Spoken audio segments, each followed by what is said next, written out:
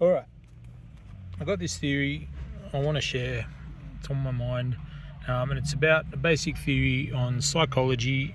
I've done some bad graphics, and I'll try and one day explain it with better graphics.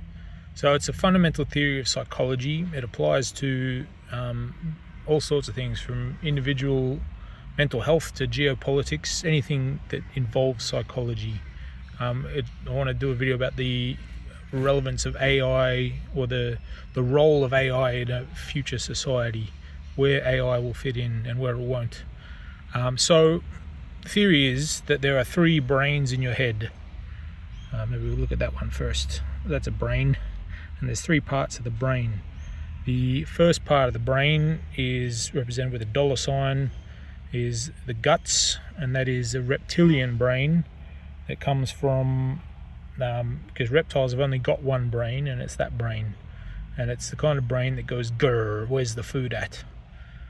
The second brain is represented by a heart, and that is common in monkeys and other mammals and dogs. Dogs have got a great heart brain, and that is they're capable of love and social connection, which is why everyone loves dogs. Cats have got it to a lesser extent. Cats are a bit more like reptiles, perhaps.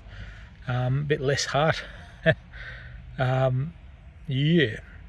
what dogs don't have, and dogs do have that reptile brain as well, they're very food driven and very and they can have, you can have a dog with the personality. It can be either a nice dog or an angry dog.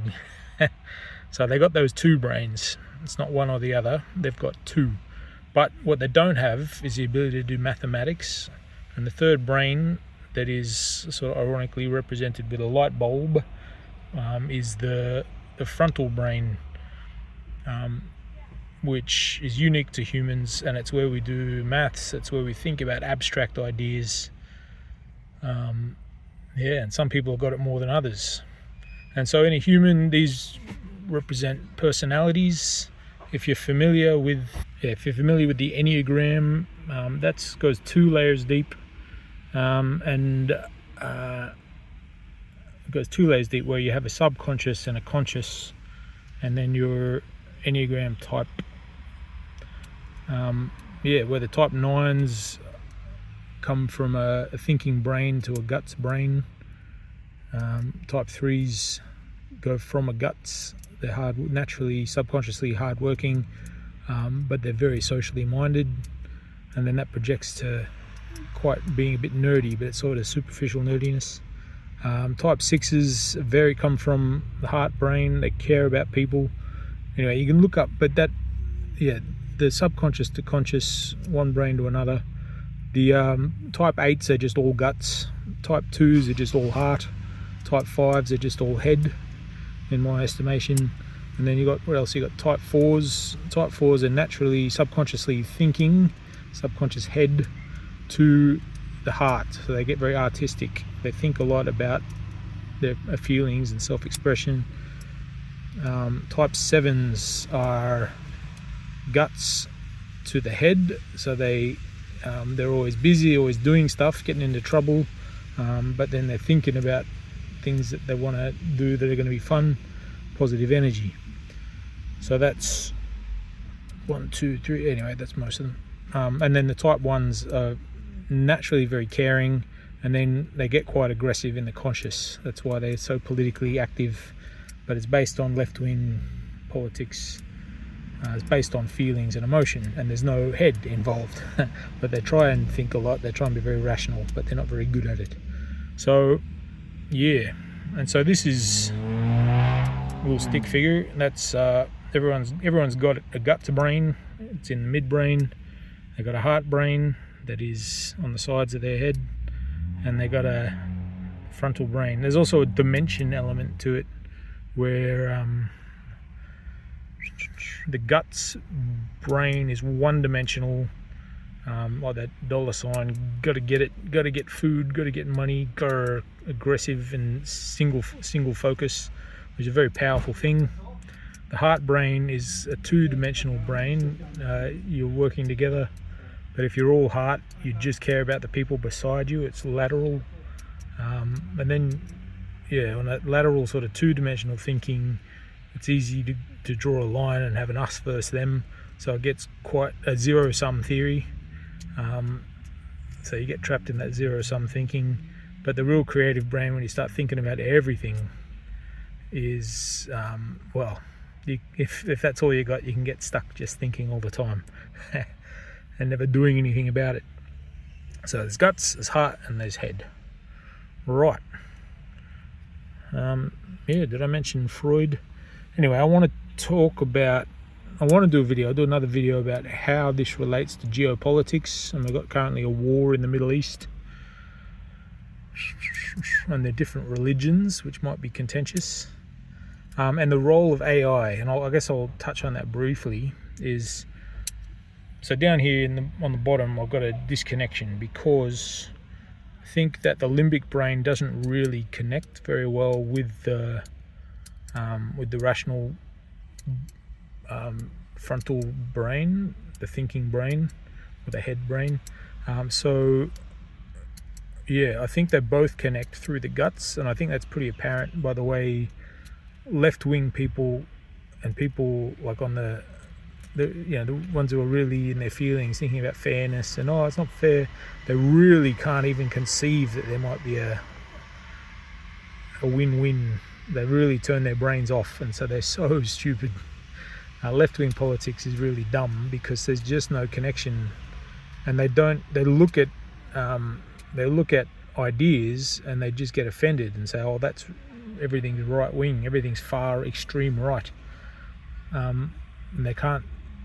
So it doesn't just roll over. So there's a disconnect, a schism between the heart and the head, which is, we all know that in politics, and that gets resolved in politics. We fight about it. But I think the role of AI should be to resolve that political tension without engaging in politics. So, as I said, humans evolved from mammals evolved from reptiles, so we've added a brain every step of evolution. I think now we're evolving into something else, which is the cloud. So that's a fourth layer which can bring in a fourth dimension. So we can turn this into like a triangular prism, and then this one's going to be the cloud, the AI. And then what does that mean? That means that AI is gonna we want to resolve the political tension between the heart and the head. Well, the right wing. If we have a look here, there's a thing geometrically where anyway, there's a reason geometrically that the political right is just all guts, military, but there's a real difference between the right wing base, who are frustrated thinking people, and I think this sort of represents in politics. Here we go. Okay, so in politics, you got the right wing type 8s, the left wing type 1s, but then the libertarians, who are obviously right, like everyone's a libertarian and a centrist, and they just want to see the balance, but they've got no guts because it comes from the head energy. An Enneagram type 9 is like the ideal king in peacetime, and they're just fair and like they'll steady the ship, they resolve conflicts, they're nice people. But they can be a bit stern, a bit firm, but they get riddled with this anxiety, and the anxiety comes because they don't like the conflict. So it's necessary to find a way to resolve this left-wing, right-wing tension, because the type 9s are meant to find that balance. They just get anxiety from the conflict. Okay, and so we want to find a way, and politically, the type 1s are trying to get back over here. They're trying to be creative and think with their brains, like a 5 down here. They're trying to get very philosophical, but they've got to get through a type 7 to get there. So they've got to find that positive energy. And the type 8s are aggressive and they need to fight. We've already got that system, which is capitalism. So we already know how to get aggressive people to do what they've got to do. And they're trying to be productive. They're trying to be creative and artistic, like a type 4. And we know, we invented that a while ago. But we still haven't resolved this thing of how to get a type 4 back up to out of their head, out of thinking about their feelings, back up to activism, motivation, over to positive thing where you're getting past that conflict. Instead of just butting heads with type 8s, they're going to push past and become a type 7. And 7s and 8s will still butt heads, but then 7s are going to come down and do something creative. And so this, to me, from the 4 to the 1 to the 7 to the 5, is design. Is the design process. You take a creative person with an artistic idea, you engage in decisiveness, decisive art, taking action, doing some real good art, and then it's quite it's hard to actually do something. That can be quite depressing for a type 1 when they start to do something, it doesn't work, or they're not making enough money or whatever. It's a struggle. So you got to maintain the positivity, just keep going, and then learn, and you can get really deep down into the weeds of science. But then as a type 8, you can forge on through, get things done, be productive, and do something that people will appreciate.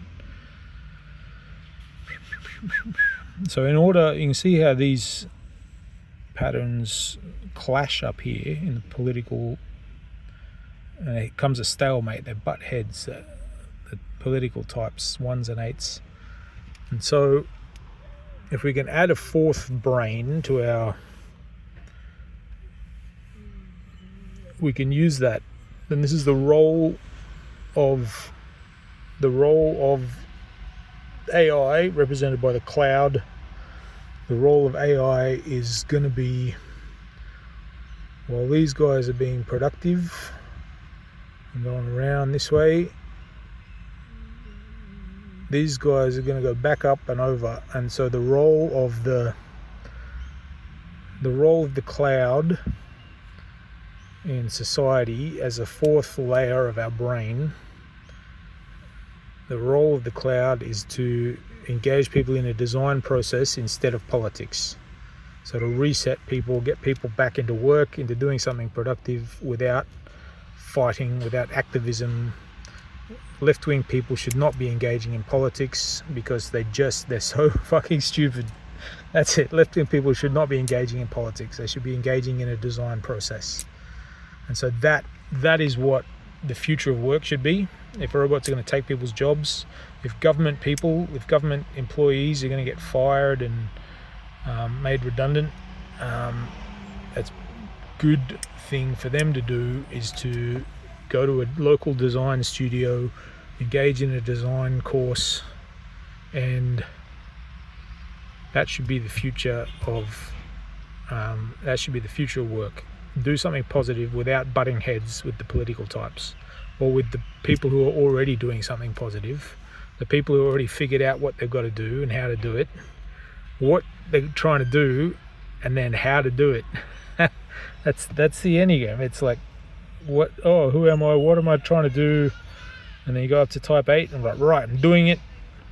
And then you get the payoff and everyone's like, hey, wow, that's amazing. And then you're like, oh, but how do I feel? What am I going to do next? Oh, geez, I should do this, I should do that.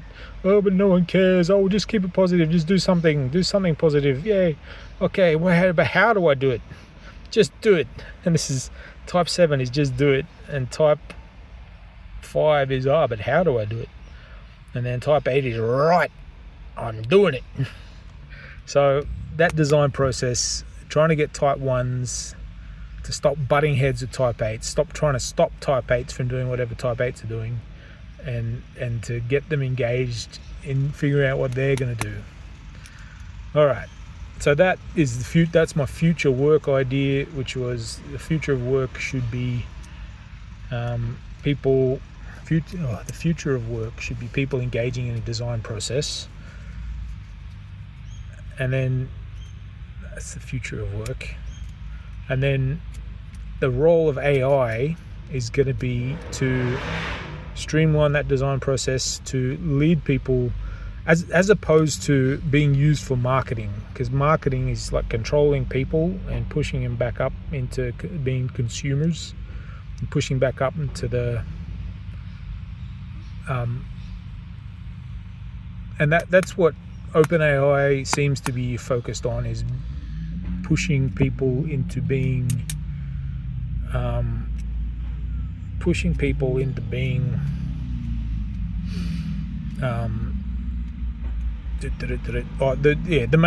the default use case for AI seems to be as a marketing tool to sell things to people, to control people and to manipulate people into doing whatever is profitable for the type 8s.